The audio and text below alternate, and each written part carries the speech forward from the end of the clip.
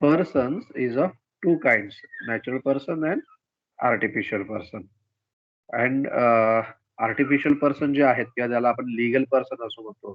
The legal person receives the personality of a human being. मग personality काय आहे?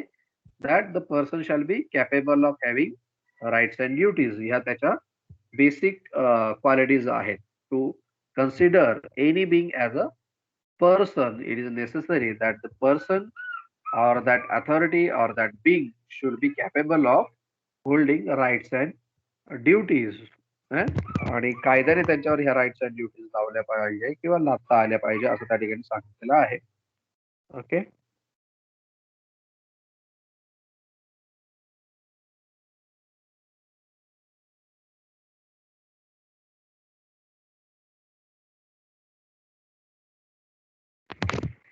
Okay, rights and duties. Now the next question arises: the legal person is of two kinds, that the corporate soul and corporate aggregate. मग काल तुम्हाला सांगितलं तसं corporate soul म्हणजे single व्यक्ती, जिथे सिंगल व्यक्ती हा ओनर असतो त्याला त्या ठिकाणी आपण कॉर्पोरेट सोल असं म्हणतो. Like a president, prime minister किंवा trustee. These are considered as a corporate sole because they are institution in themselves. ते स्वतःच एक इन्स्टिट्यूशन आहे आणि म्हणून त्यांना कॉर्पोरेट सोल म्हणायचं.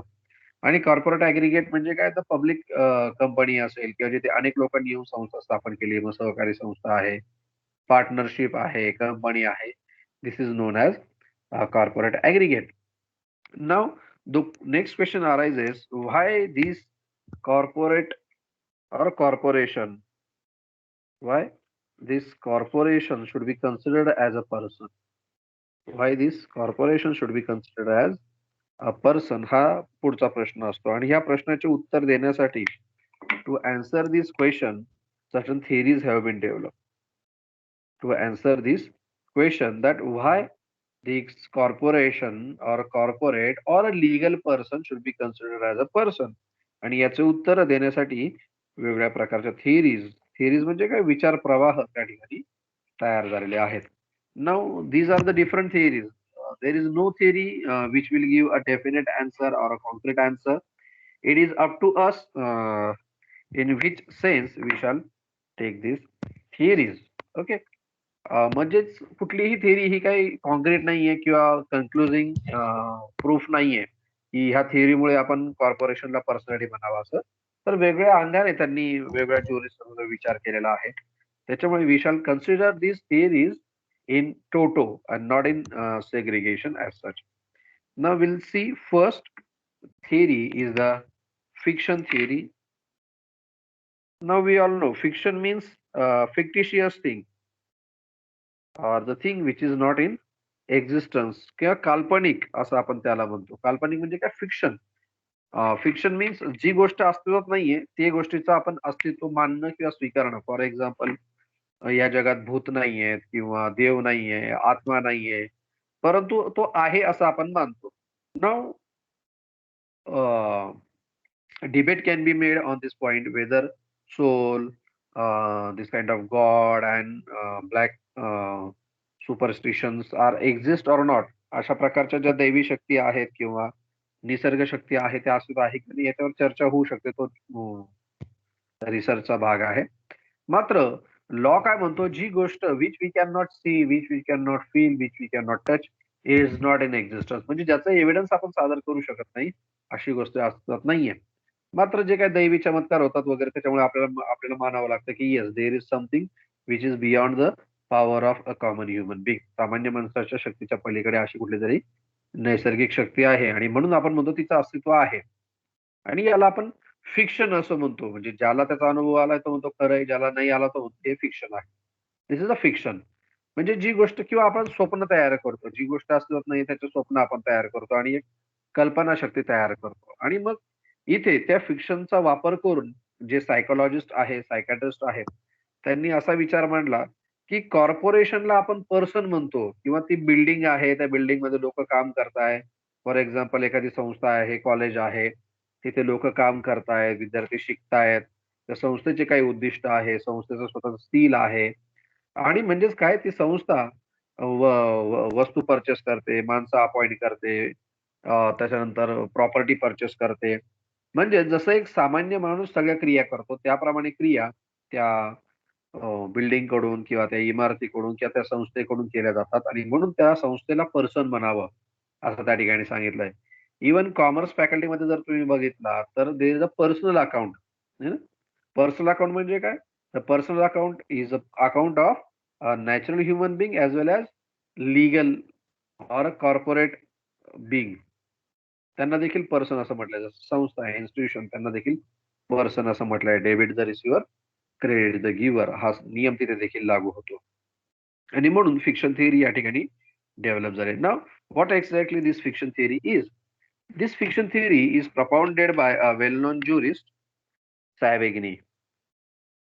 This fiction theory is propounded by Savigny. According to Savigny, the personality is attached to attached to corporation by a pure legal fiction, by a pure legal fiction. Now, science fiction movie असतात है ना. Science fiction म्हणजे काय? जसं Jurassic park आहे किंवा sky war आहे, resident Evil सारख्या मूवी आहेत की ज्या सायन्स फिक्शन वर आधारित आहे. म्हणजे विज्ञानामध्ये वेगवेगळ्या प्रकारच्या क्रांती होतात, रोबोट तयार करतात आणि त्याच्यातून ते एक काय भयावह वातावरण तयार होऊ शकतं अशी एक कल्पना त्या ठिकाणी मांडली जात असते. In the same sense, according to Savigny, this personality is attached to corporation. It is a legal fiction. It is a legal fiction. म्हणजे सायन्स फिक्शन मध्ये सायन्सची डेव्हलपमेंट असते तो पिक्चर मध्ये आणि कॉर्पोरेशन ही कोणाची डेव्हलपमेंट आहे? It is a development of legal order, law or rules, regulation etcetera. Means this personality is infused by law. Infuse म्हणजे जमा करणे किंवा तयार करणे. कोण तयार करतं? तर बाय लीगल ऑर्डर किंवा बाय लॉ. जसं पार्टनरशिप फर्म ही रजिस्टर असू शकते किंवा नसू शकते, परंतु जर रजिस्टर केली तर that registered institution, that registered partnership firm gets the right to sue and be sued.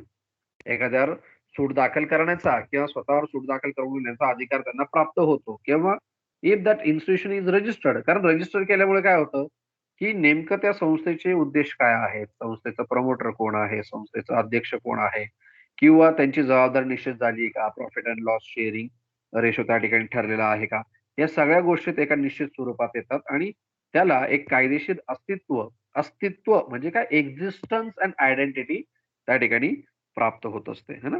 कायदा काय करतो? दिस लॉ गिव्स दी एक्झिस्टन्स म्हणजे अस्तित्व आणि महत्वाचं म्हणजे आयडेंटिटी, स्वतःची आयडेंटिटी. मग त्यांचा स्वतःचा लोगो असतो.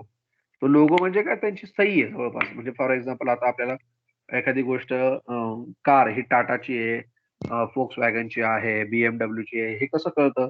ज्यावेळी आपण त्याचा लोगो बघतो.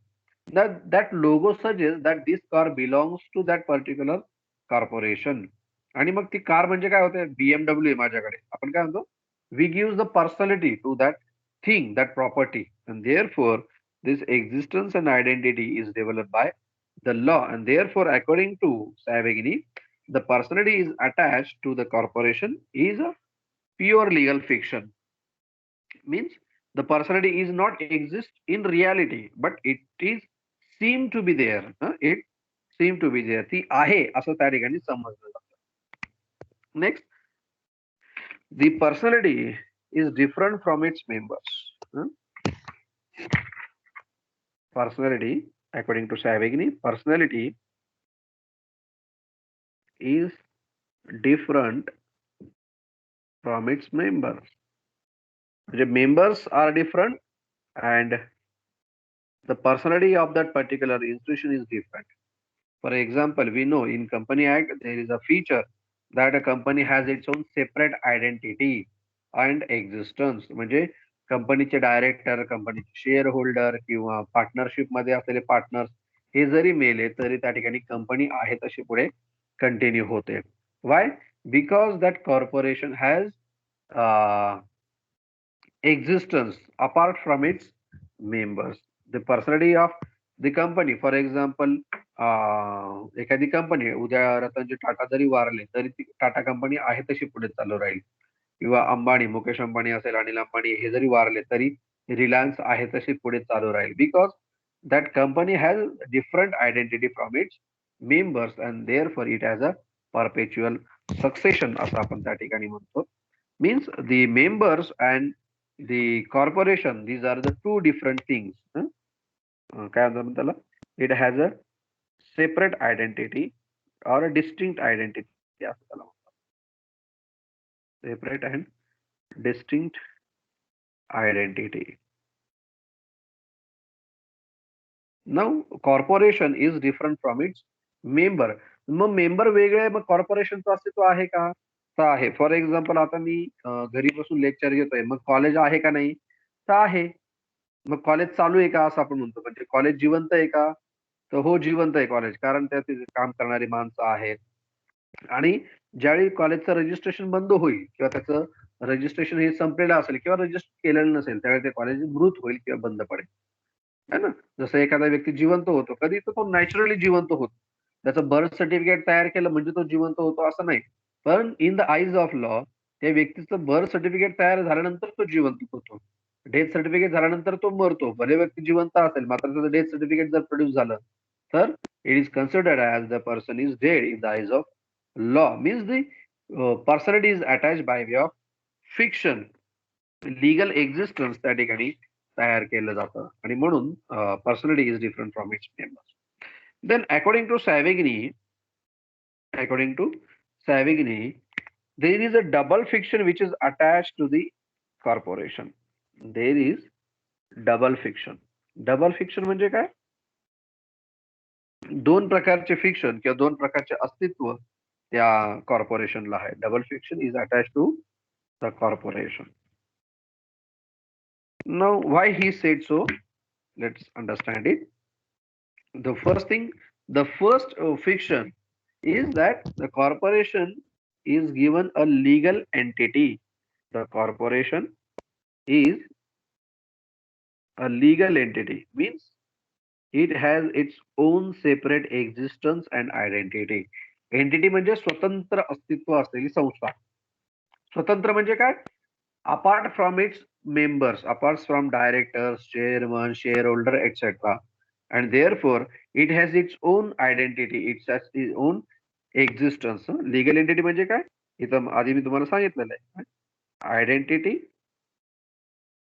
अँड एक्झिस्टन्स या दोन वेगळ्या गोष्टी आहेत. म्हणजे तुमचं अस्तित्व असणं आणि तुमचं स्वतःचं ओळख असणं, ह्या दोन वेगळ्या गोष्टी आहेत. म्हणजे तुम्ही एक्झिस्ट असाल, मात्र तुमची जर आयडेंटिटीच नसेल समाजामध्ये काही, म्हणजे फॉर एक्झाम्पल तुमचा जन्म दाखला नाहीये, तुमचं रेशन कार्ड नाहीये, तुमचा आधार नाहीये, तुमचं कुठल्याही कागदावर नाव नाहीये, तर कायद्याच्या भाषेत तुम्ही जिवंत नाहीये. भले तुम्ही व्यक्ती म्हणून जिवंत असाल, जसं संन्यासी आहे एखादा, ज्याने आपले रिनाऊन्स केले, जे काय त्याचं एक्झिस्टन्स आहे हे रिनाऊन्स केलं, कायद्याच्या दृष्टिकोनातून तो मेलेला आहे, परंतु तो व्यक्तिगतरित्या जिवंत आहे, मात्र कायद्याच्या पॉइंट ऑफ व्ह्यू मधून तो मेलेला आहे. आणि म्हणून देर is a provision of legal death. Legal death म्हणजे काय? 7 वर्षापर्यंत जर तो माणूस जिवंत आहे किंवा नाही माहित नसेल तर त्याला सिव्हिल डेथ डिक्लेअर केलं जातं. Okay. Now next second fiction is attached is that a corporation is clothed with the will of an individual person. Corporation is clothed. Clothed म्हणजे काय? कॉर्पोरेशन कोणाच्या इच्छेप्रमाणे चालते? Corporation is clothed with the will of individual persons. किंवा जे जिवंत व्यक्ती आहे त्यांच्या इच्छेप्रमाणे या कॉर्पोरेशनला काम करावं लागतं, है ना? फॉर एक्झाम्पल, एखादी कंपनी आहे, कंपनीचे उद्दिष्ट जे असतात किंवा त्याचा जो काही ऑब्जेक्ट क्लॉज आहे ना, who draft, it is the natural person only. Who act on behalf of the company, it is the natural person only. Who is the director of that company, it is the natural person only. Means the person or the natural person should be there. This by this two way the fiction is attached to the company, though the company has its own separate identity and existence. स्वतःचं अस्तित्व जरी असेल कंपनीला, मात्र कंपनीला स्वतःचा शिक्का वापरता येणार आहे का लेटर हेडवर? तर नाही. तो शिक्का चालवण्यासाठी त्या ठिकाणी शिपाई पाहिजे. त्या शिक्क्याची सही असल्याशिवाय ते शिक्का ऑथेंटिकेट होत नाही. म्हणजे त्याचं त्या ठिकाणी डायरेक्टर पाहिजे, चेअरमन पाहिजे. म्हणजेच काय, जरी चेक कंपनीच्या नावाने असेल, तरी तो चेक वटण्यासाठी त्याच्यावर सही आणि शिक्का असणं गरजेचं आहे. जो शिक्का आहे तो त्या कंपनीचा आहे आणि जी सही आहे, ती त्या शिक्क्याला जिवंत करते. लक्षात आलं? म्हणून sign and seal both are very important. Sign is the symbol of a natural person. Seal is a symbol of legal person. दोघं त्या ठिकाणी अटॅच असले तरच तो तुमचा चेक वटतो किंवा एनकॅश होतो, अदरवाईज होत नाही. And therefore according to Savigny, by this two way the fiction is attached to the corporation by way of legal procedure. Then next, fiction theory has been criticized by Sir Frederick Pollock. He said that the common law of England does not recognize the fiction theory of corporate personality. Okay, leave it. You just keep in mind that this is a fiction theory. I hope this is clear to all of you. Then we'll see a realist theory. This is a quite opposite to this fiction theory.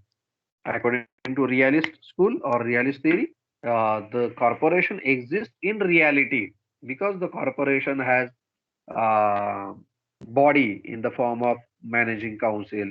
The corporation has a property in the form of its building and other property, movable and immovable property. The corporation has its own will in the form of memorandum of association, object clause, etc. And therefore, the corporation is a person as good as a living person. एखाद्या living person प्रमाणेच ती corporation देखील person आहे असं त्या ठिकाणी म्हटलं गेलं आहे. ओके, दिसतंय ना तुम्हाला? समजतंय? Now, according to realist school, this is propounded by German jurist G.R.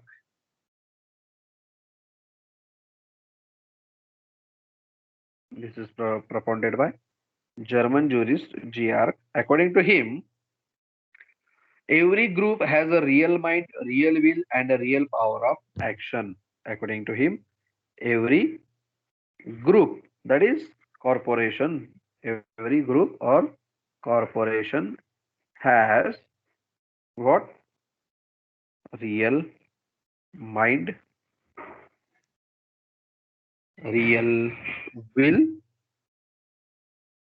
and real power of action. And real power of action. जसं एखाद्या सर्वसामान्य माणसाला स्वतंत्र असं त्याची बुद्धी असते, स्वतंत्र त्याची इच्छाशक्ती असते आणि स्वतंत्र तो निर्णय किंवा ती इच्छा अंमलात आणण्याची ताकद देखील असते किंवा पॉवर असते त्याला. त्याप्रमाणे प्रत्येक जो काही ग्रुप आहे त्या ग्रुपला देखील किंवा कॉर्पोरेशन आहे त्या कॉर्पोरेशनला देखील काय आहे? रिअल माइंड आहे, रिअल विल आहे आणि रिअल पॉवर ऑफ ऍक्शन आहे. Means this indicates that the corporation is a really a living person. जसं एखादा सर्वसामान्य माणूस हो ना, जर एखादा ब्रेन डेड असेल, कोमामध्ये गेलेला असेल, तर तो व्यक्ती जिवंत असून देखील उपयोग नाही.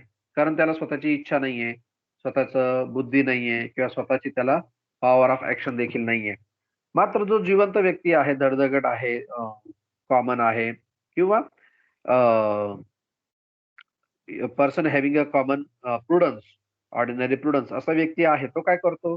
त्याला स्वतःची इच्छा किंवा मत प्रकट करण्याचा अधिकार आहे. स्वतःच्या इच्छेप्रमाणे त्याला वागण्याचा अधिकार आहे, जगण्याचा अधिकार आहे. तसंच एखादी कंपनी जी असेल त्या कंपनीला देखील. Now where is the real mind and real will of the company? It is in the memorandum of association. Where is the real power of action? It is in the article of association. This article of association and memorandum of association are two important documents to register any company. कुठलीही, जसं आपली भारतीय विद्यापीठ असेल त्यांची घटना आहे, constitution आहे, ती घटना द्यावी लागते आपल्याला कुठलीही संस्था रजिस्टर करत असताना. म्हणजे घटना म्हणजे काय, मग त्याचा उद्देश काय आहे, ऑब्जेक्ट क्लॉज काय आहे, टायटल क्लॉज काय आहे, ऍड्रेस क्लॉज काय आहे, कॅपिटल क्लॉज काय आहे, हे तुम्हाला त्या ठिकाणी द्यावं लागतं. म्हणजे ही संस्था किंवा ही संघटना कशासाठी काम करणार आहे, कोण अध्यक्ष असणार आहे, कोण सभासद असणार आहे, किती त्याचं कॅपिटल किंवा गुंतवणूक किंवा भांडवल असणार आहे, नेमका ह्या कंपनीचा ह्या संस्थेचा उद्देश काय असणार आहे, नेमका कोणत्या एरियामध्ये बिझनेस करणार आहे, ह्या सगळ्या गोष्टी तुम्हाला त्या कॉन्स्टिट्यूशन मध्ये द्याव्या लागतात. अँड देअरफॉर जसं एखाद्या सामान्य माणसाला त्याची इच्छाशक्ती आहे की मला लॉ मध्ये काम करायला आवडेल, मला प्रॅक्टिस करायला आवडेल, मला जज व्हायला आवडेल आणि त्याप्रमाणे तो कार्य करतो. त्याप्रमाणे देखील ही संस्था त्यांचं कार्य करत असते. Okay, this is a realist goal. A corporation a corporation has an independent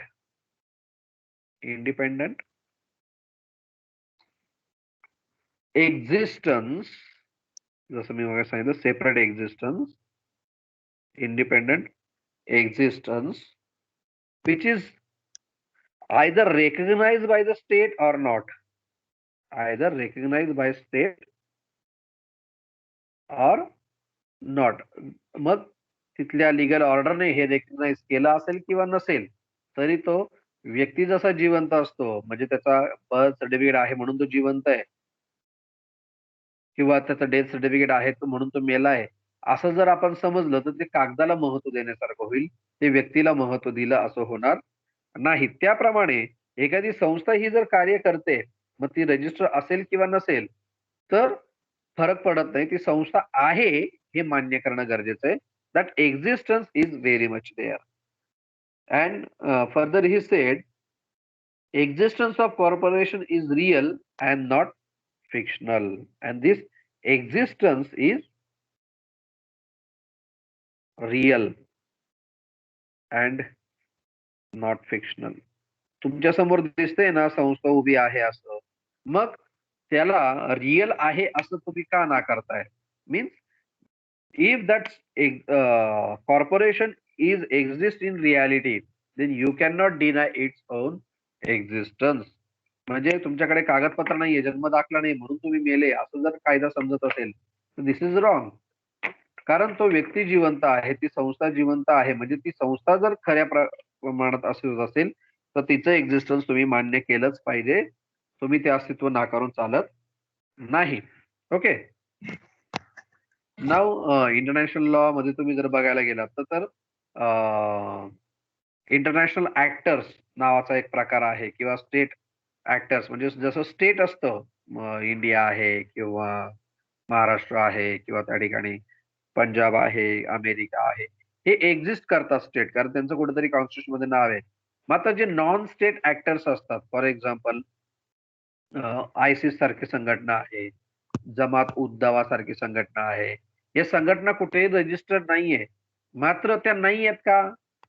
तर आहेत. म्हणजे कोणीतरी त्या संस्थेच्या वतीने काम करतंय, भले ती रजिस्टर नसेल, मात्र त्या नावाने संघटना चालू आहे, त्या नावाने फंडिंग येत आहे, त्या नावाने काम केलं जात आहे. म्हणजे तुम्हाला हे जे नॉन स्टेट ऍक्टर्स आहे त्याची दखल घ्यावीच लागते. दॅट इज रिअल एक्झिस्टन्स त्यांचं आहे हे तुम्हाला मान्य करावं लागेल. I hope you are getting me. पुढे the Dicey said, according to A.V. Dicey, when a body of men bind themselves together to act in a particular way for some common purpose, they create a bond which, by no fiction of law, but by the very nature of things, differs from the individuals of whom it is constituted. म्हणजे जर एखादी body असेल, body of pen, body म्हणजे काय, एखादी संस्था असेल, institution असेल, किंवा कॉर्पोरेशन असेल, ही कशी होते? It comes when people comes together to act in a particular way. त्यांचा कॉमन असा ऑब्जेक्ट असेल, to act in a particular way for some common purpose, they create a bond. They create a bond. Bond means a relationship. It creates a relationship. They create a bond which by no fiction, and this bond is a no fiction. It is not a fiction. It is in reality. It is in reality, because of their very nature of things which differs from, and this reality differs from its members. म्हणजे member जरी निघून गेले तरी ती संस्था मात्र काम करत राहते. ज्या मेंबरने, ज्या सदस्यांनी मिळून ही बॉडी तयार केली आहे, इन्स्टिट्यूशन तयार केले, उद्या ते सदस्य जरी नसले तरी ती संस्था मात्र अस्तित्वात असते. हं? ज्यांनी संविधानाची निर्मिती केली ते लोक आज जरी नसले तरी संविधान आहे तसं आहे. आणि म्हणून इंडिया, आपण त्याला म्हणतो, it is a person, it is a legal person because it is constituted by way of Indian Independence Act, then Government of India Act, and now by way of Constitution of India, the India is created by we the people of India, and therefore it has a real existence. है ना? त्याला real existence आहे असं म्हणतात. I hope you are getting me. Then next one is the bracket theory. Now this is a quite technical term.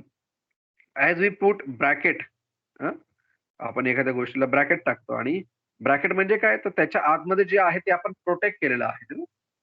याला आपण bracket म्हणतो, है ना? एखाद्या गोष्टी आपण कंसामध्ये एखादी गोष्ट टाकतो म्हणजे त्याच्या आतमध्ये असलेली वस्तू आपण प्रोटेक्ट केलेली आहे. जसं आपल्या घरामध्ये आपण राहतो आणि म्हणून आपलं घर काय आहे, एक प्रकारचं ब्रॅकेट आहे, की हे माझं घर आहे. कुठे? जिथे चार भिंती आहे आणि त्या चार भिंतीने मी लिमिट केलंय माझं जीवन किंवा माझं जे अस्तित्व आहे ते. Now by the same way, when I do my job, or if I am appointed by any authority, that authority is created by way of bracket. त्याचं कुठेतरी ब्रॅकेट तयार केलं जातं. ब्रॅकेट म्हणजे काय?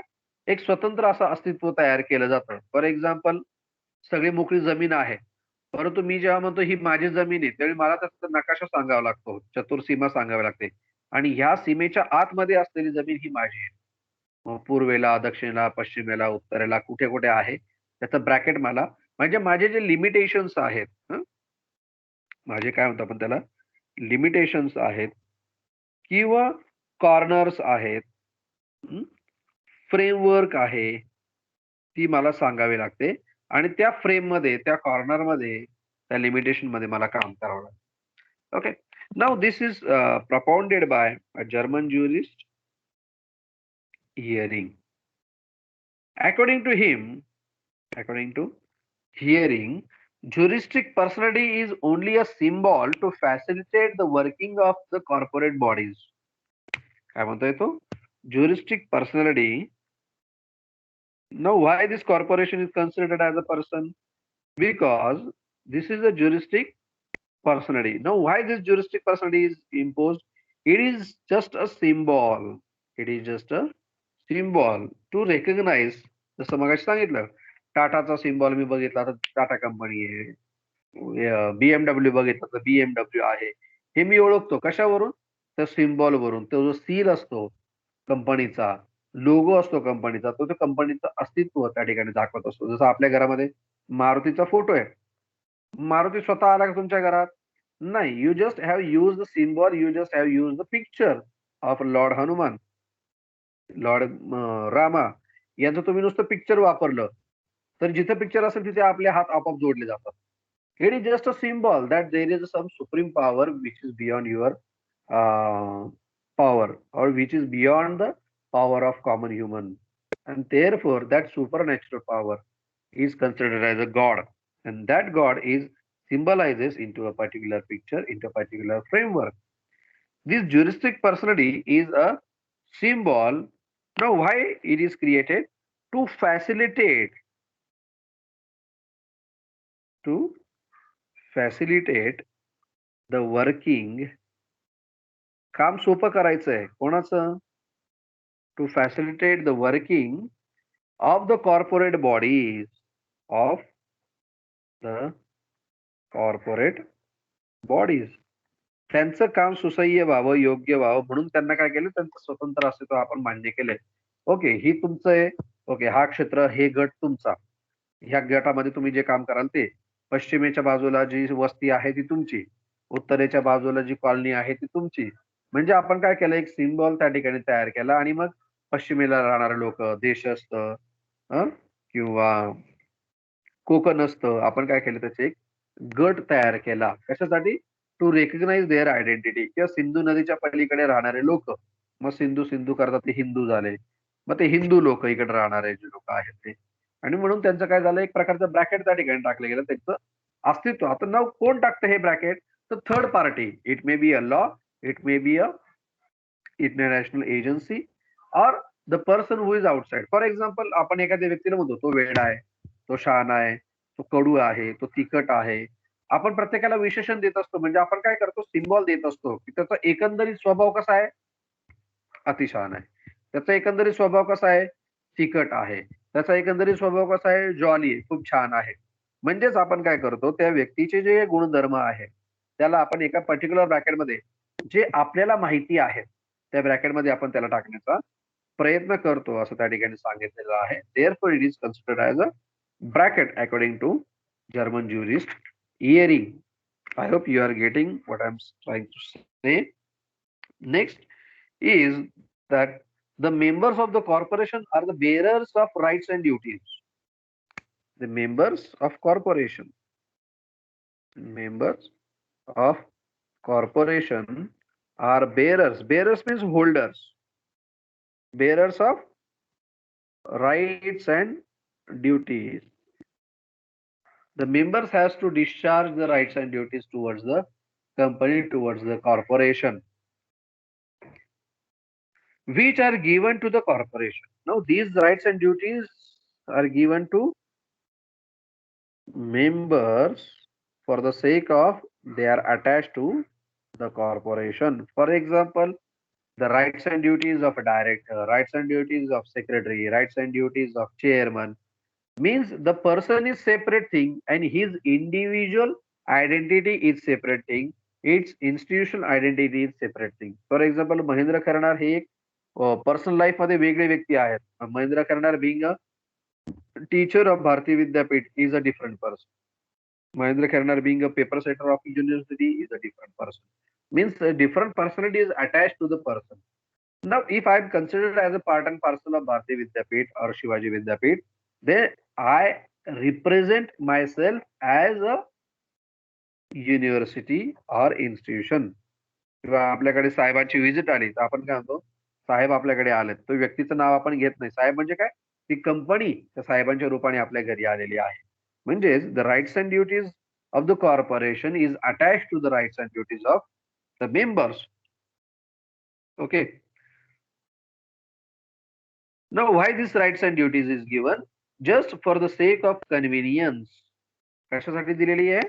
For the sake of convenience, किंवा त्यांचं जे वर्किंग आहे ते काम जे आहे ते काम व्यवस्थित चालू ठेवण्यासाठी. And a bracket is put around them to indicate. Now here the important point, the bracket is put around them. Them म्हणजे कोण? Members. Bracket is put around them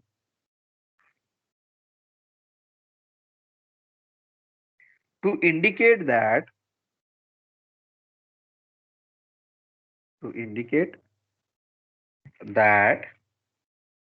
they are to be treated, that they are to be treated as one single unit, as one single unit, when they form themselves into a corporation. When they form themselves into a corporation. For example, आपल्याकडे जर एखादी विद्यापीठाची committee येणार असेल तर they are the representative of the university. कुठपर्यंत ते representative आहे? जोपर्यंत ते ब्रॅकेटमध्ये काम करतायत, त्यांच्या पर्सनल ऑफिशियल कॅपॅसिटीमध्ये काम करतायत, तोपर्यंत ते काय आहे? Part and parcel of university आहे, part and parcel of that corporation आहे. म्हणजेच तो व्यक्ती जोपर्यंत त्याचा अधिकारमध्ये वागत असतो, त्याच्या ज्युरिस्डिक्शन मध्ये वागत असतो, तोपर्यंत तो व्यक्ती त्या संस्थेचा प्रतिनिधी आहे, त्या संस्थेला तो रिप्रेझेंट करतोय. This bracket is put around the members of corporation because this members are the bearers of rights and duties. हा संपूर्ण एकत्र भाग आहे, हे लक्षात घ्या. मेंबर्स पासून इथपर्यंत members are representatives of the corporation. Members are holding the rights and duties on behalf of the corporation. कॉर्पोरेशनच्या वतीने त्यांना काही अधिकार देण्यात आलेले. फॉर एक्झाम्पल आपल्याकडे नॅक कमिटीची व्हिजिट आली म्हणजे कोण येतं तर लोक येतात. कुठला तरी माणूस येतो साऊथचा, नॉर्थचा, वेस्टचा. तर तो माणूस काय करतो त्याच्याबरोबर त्याची इन्स्टिट्यूशन आयडेंटिटी कॅरी करतो. Form themselves into a corporation. तो माणूस म्हणजे स्वतः नॅक कमिटी असते. तो माणूस म्हणजे स्वतः नॅक असतो किंवा विद्यापीठ असतं किंवा शासन असतं. आता आपल्याकडे शासनाचे मंत्री आले. नाव that minister himself is a representative of the government और he himself is a government when he act in his official capacity. जेव्हा तो व्यक्ती त्याच्या ऑफिशियल कॅपॅसिटी मध्ये काम करतो तेव्हा तो स्वतः काय असतो सरकार असतो आणि म्हणून त्याला आपण सरकार मेहरबान वगैरे वगैरे म्हणतो ना नगरसेवक वगैरे. So this is a bracket which has been put around the person. This theory is advocated by German jurist Hofeld also. ना? मी तुम्हाला होफेल्डची थिअरी ऑफ राईट्स आपण काल बघितली. This Hofeld has also supported or advocated this theory. म्हणजे त्याने देखील ही theory support केलेली आहे. According to him, corporate personality is the creation of arbitrary legal rules designed to facilitate the proceedings by and against a corporation in a court. कोर्टामध्ये जसं right to Suu आणि बी sued हा अधिकार प्राप्त होतो. मगाशी मी तुम्हाला सांगितलं इफ द संस्था और the corporation is registered right to sue and be sued हा कधी प्राप्त होतो when it receives the legal recognition और the legal identity. Legal identity कधी मिळणार त्यांना जेव्हा ते रजिस्टर करतील स्वतःला. and therefore that corporation gets a bracket. Register करता म्हणजे काय they receives a bracket. Bracket कशासाठी तर स्पेशल रेकग्निशन किंवा ह्या स्पेशल रेकग्निशनला आपण काय म्हणू शकतो separate identity and exist. Separate identity and existence त्यांना मिळतं केव्हा जेव्हा ब्रॅकेट टाकलं जातं. आता संस्थेचे फॉर एक्झाम्पल मी आणि माझे दोन मित्र आम्ही एखादं काम करतोय आणि मी मुख्य काम करतोय ते दोन मला सहकारी करतात किंवा मदत करतात. उद्या आमची जर कंपनी स्थापन झाली मी चेअरमन झालो आणि ते डायरेक्टर झाले तर ह्या ठिकाणी मला एक इन्स्टिट्यूशनल आयडेंटिटी प्राप्त झाली. Now I'm not acting in my personal capacity. Now I'm acting in my official capacity as a chairman of the institution or the director of the institution. हे प्रकारचं bracket किंवा special power मला त्या ठिकाणी प्राप्त झाली असं त्या ठिकाणी म्हणायला पाहिजे. Are you getting this? I hope you are getting. समजतंय का? The next point is the concession theory. Now this is just a concession according to some jurists. The corporation or the benefit of corporation is kind of concession which is given by state or law. Now according to these jurists of this school, this theory is known as the corporation is considered as a legal person. The corporation is a legal person. Why it is a legal person? Why it is a legal person? Now it is considered as a legal person because it is recognized by the state as it is recognized by the state. If it is not recognized by the state, then it is not a person according to this theory, state or by law. Therefore, according to this theory, juristic personality is concession. According to this theory, this juristic personality, whether to grant this concession or not, that is a choice or option. Juristic personality which is attached to any corporation is a concession. Is a concession means a special recognition किंवा सूट आपण त्याला म्हणतो असं. Concession granted to corporation. granted to a corporation. Concession म्हणजे काय, की एक प्रकारची विशेष सूट किंवा सवलत त्या ठिकाणी दिलेली आहे किंवा त्या ठिकाणी स्पेशल कॉग्निझन्स त्या ठिकाणी घेतलेला आहे. दिस concession is nothing but the cognizance or the recognition given by state or by law. It depends upon the discretion of the state whether to recognize or not. This concession is a kind of discretion. Discretion means whether to act or not.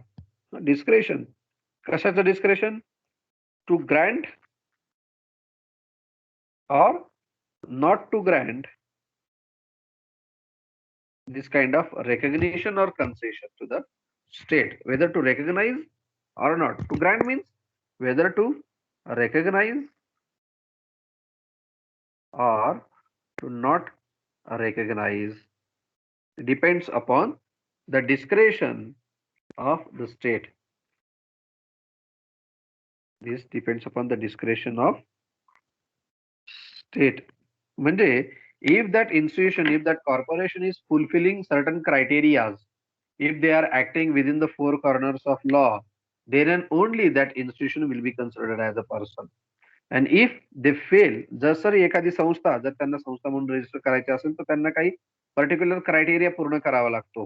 Capital पाहिजे किंवा आता कालच्या बजेटमध्ये देखील त्यांनी अनेक प्रकारचे तरतुदी केलेल्या आहेत, की तुमची संस्था ही जर रेकग्नाइज करायची असेल, वन मॅन कंपनी जर रेकग्नाइज करायची असेल, तर you should fulfil certain minimum conditions त्या ठिकाणी असल्या पाहिजे. जसं तुम्हाला एखादं कॉलेज सुरू करायचं आहे तर तुम्हाला त्या ठिकाणी बिल्डिंग पाहिजे, स्टाफ पाहिजे, कॅपिटल पाहिजे, पैशाची व्यवस्था पाहिजे, विद्यार्थी पाहिजे.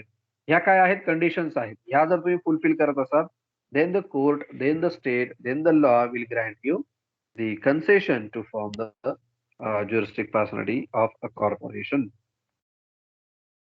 The next one is the purpose theory. This is the last one. These are the 5 theories of corporate personality. Purpose theory, that with certain purpose the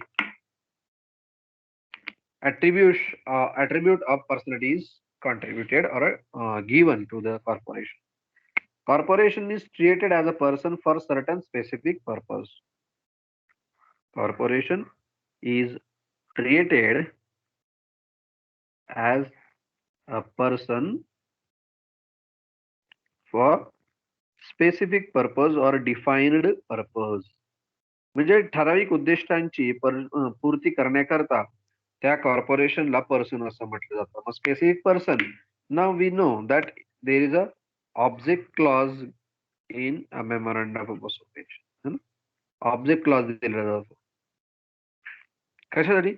because नेमकं काय उद्देश साध्य करायचा आहे आणि ते उद्देश जर लिगल ऑब्जेक्ट असेल तरच त्या कॉर्पोरेशनला लिगल पर्सनॅलिटी ग्रँट केली जाते. फॉर एक्झाम्पल, आम्हाला जुगार खेळायचा आहे म्हणून आम्ही कंपनी स्थापन केली, किंवा आम्हाला काहीतरी ड्रग्सचा व्यवसाय करायचा म्हणून कंपनी स्थापन केली, तर तुम्हाला परमिशन मिळेल का? नाही. कन्सेशन मिळेल का? नाही. रेकग्निशन मिळेल का? नाही. Because your object, your purpose is wrong. पण आम्हाला प्रोडक्शन करण्यासाठी कंपनी पाहिजे आहे, आयुर्वेदिक प्लांटेशन करण्यासाठी कंपनी आम्हाला स्थापन करायची. If the object is legal, then the permission is given. Then the corporation is a medium through which that purpose can be sought. है ना? एखादा ठराविक उद्दिष्ट प्राप्त करण्यासाठी, this specific purpose अचीव करण्यासाठी काय पाहिजे आहे? कॉर्पोरेशनची गरज आहे. एखादी मोठं आम्हाला प्रोडक्शन सुरू करायचं आहे, ते एका व्यक्तीचं काम नाहीये. मग ते कंपनी स्थापन करायची. तर कंपनी कशासाठी स्थापन करायची? तर ते प्रोडक्शनसाठी किंवा एखादा प्रॉडक्ट तयार करण्यासाठी. ते जर काम कंपनी करत नसेल, कंपनीचा उद्देश जर त्या ठिकाणी पूर्ण होत नसेल, तर त्या ठिकाणी रेकग्निशन ग्रँट केलं जाणार नाही, असं त्या ठिकाणी सांगितलेलं आहे. The corporation is a non living person, as we know that the corporation is a non living person. म्हणजे जिवंत व्यक्ती नाहीये ती. कशी आहे? It is a legal person, but legal person, but a legal person. Now, why this is considered as a legal person? Because to carry out certain specific purpose, to carry out certain specific purpose, आणि ह्या purpose करता काय केलं जाईल, rights and duties confer केल्या जातात. For example reserve bank of India, bank of India, Maharashtra bank यांचे ठराविक पर्पज आहेत, ते जर ते पर्पज पूर्ण करत नसतील तर त्यांच्या अस्तित्वाला काही अर्थ नाही.